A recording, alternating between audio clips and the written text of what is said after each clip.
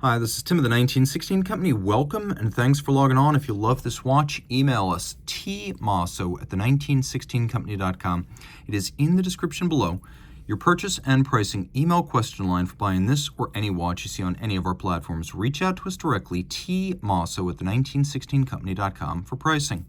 Today we're discussing an extraordinary 2005 model year limited edition of 36 pieces in rose gold. This is the Ulysse Nardin San Marco collection, Temple of Heaven. What you're looking at is a watch that's effectively a little vitrine or art gallery featuring a Donze Cadran solid gold dial base with enamel on top. So this is a very small volume craft art series at Ulysse Nardin that has been rolling for decades. They tend to be culturally specific, exquisitely executed, and very small as individual editions. So the Temple of Heaven, you're actually looking at the Hall of Prayer for Good Harvests, which is the most iconic and distinctive part of the roughly 1 square mile Temple of Heaven in Beijing. So this is where the emperor himself, and this was all built in the 15th century during the Ming Dynasty, but this is where the emperor himself would have gone to pray for good harvests, hopefully maintaining the mandate of heaven, which was the legitimacy basis for Chinese dynasties traditionally. So that out of the way, we'll come back to it in a moment. Let's talk about the watch itself. 40 millimeters in diameter, it's 11.1 millimeters thick, and from lug tip to lug tip, 47.4 millimeters with a 20 millimeter spacing between the lugs. On my wrist, which is 16 centimeters in circumference, it wears fairly large for a dress watch. I'm not going to lie, it's not broad lug to lug, but it's got a lot of presence, and the strap is still not broken in. So over the top, which always exaggerates the width of the watch, you can see I've got a little bit of clearance.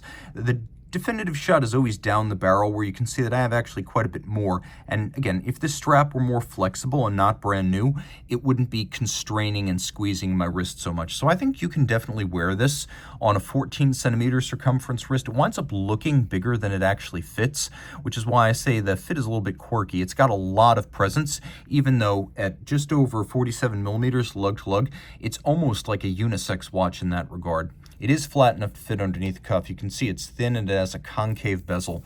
The strap is impressive. Large rectangular scale alligator leather with symmetrical scales. This is an expensive cut of the beast. It is dark blue with a semi-gloss finish. You can see a lot of bolstering. One of the reasons why it's so stiff, it is thickly stuffed to give it volume. It has a sheer cut side that's lacquered for refinement and a monotone stitch. You can see this is a brand new Ulysse Nardin factory strap. Calfskin on the bottom, no crimping, no gouging. And it is paired with a Ulysse Nardin branded rose gold pin buckle. Everything on the case and the buckle, except for the number plate, is polished. So this little number plate harks back to the product that defined Ulysse Nardin in the 19th century and through the early 20th century, and that was their marine chronometer series. Deck clocks or navigation clocks for civilian merchantmen and navies. They were designed for navigation. You always have an external screw-fixed number plate. You can see it's fixed by fire-blued screws. It is hand engraved, and then it is satinated across its top. This is number 15 of 36. This is a welded lug case, meaning the case is handmade. And you could see that the break between lug and case is super sharp and well-defined.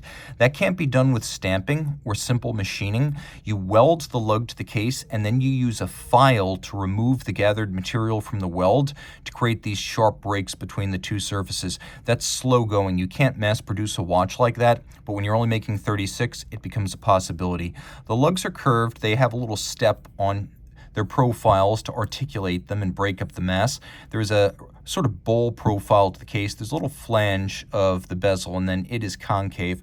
We have the Ulysse Nardin nautical anchor logo, again, a reference to marine chronometers. And you can see UN, the anchor, and a blue base to reference the sea. The case is thoughtfully made. There's a little kerf for your finger to dig in underneath and manipulate the crown if necessary. Fun fact, if you look here, you can see that the screws are actually made of white gold, because white gold, as the hardest gold, is the toughest one to strip out. So these are harder than they would be if they were made of rose or yellow gold. That's why they're there.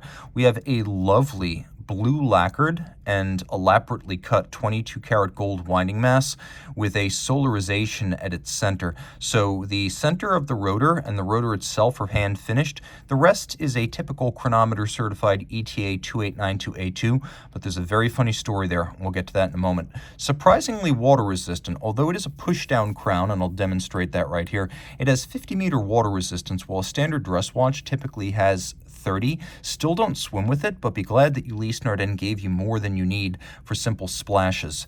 Taking a look at the dial, this is the pièce de résistance. It features a number of rose gold appliqué cabochons for the hours, and then you can see the detail of the Temple of Heaven, and this is really something here. So the structure itself is over 120 feet tall. The Hall of Prayer for Good Harvests.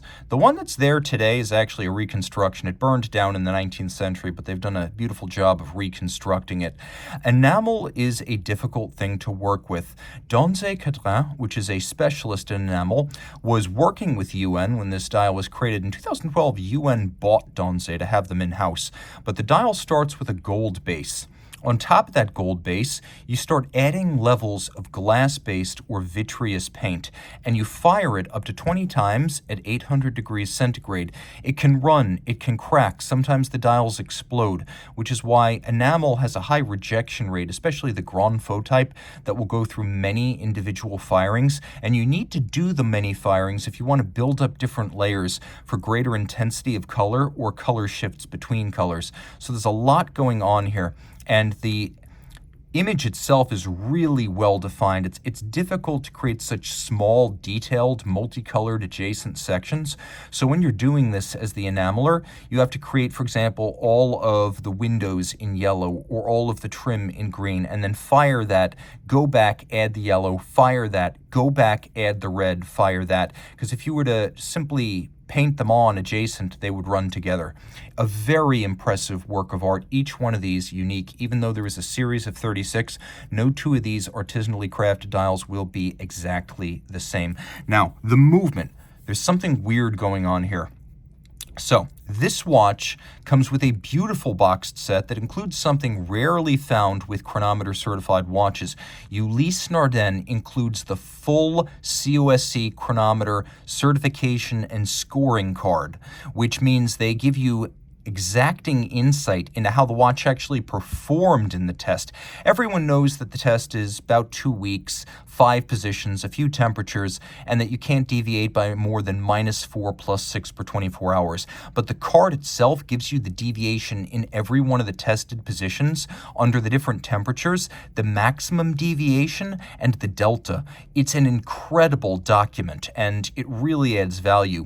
And it confirms that this serial number is the one that went through the chronometer certification. It also mentions that this UN27 appellation was on the movement that went through the certification. Why am I saying this? Well, here's why. A standard ETA 2892A2 has 21 joules. This one has a bridge for the winding system that describes a 38 joule movement. That's not right.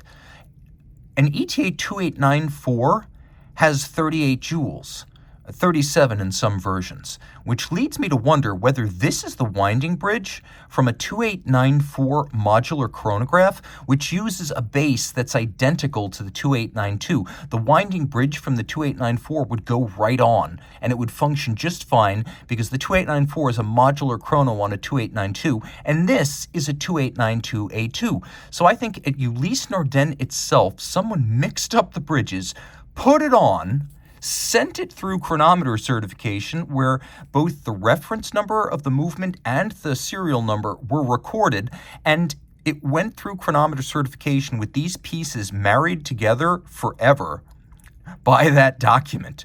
It's almost like a defect stamp that's even more exclusive and rare than a normal stamp and more collectible on that basis. The other thing too is that this says UN27 movement, whereas this case starts with a 13, and Ulysse Nardin reference numbers always start with the reference number of the movement. So the movement should be 13 if the case starts with a 13. So this is just weirdness at its best. This is the Swiss making a mistake. It's still an exquisitely tuned chronometer. And again, it came this way from the factory because the chronometer card proves that. But I thought I would show that to you guys because it's just flat out weird. And someone at some point might ask questions, so I want to be upfront about it. If you love this watch, reach out to Team Mosso at the 1916company.com for purchase and pricing details.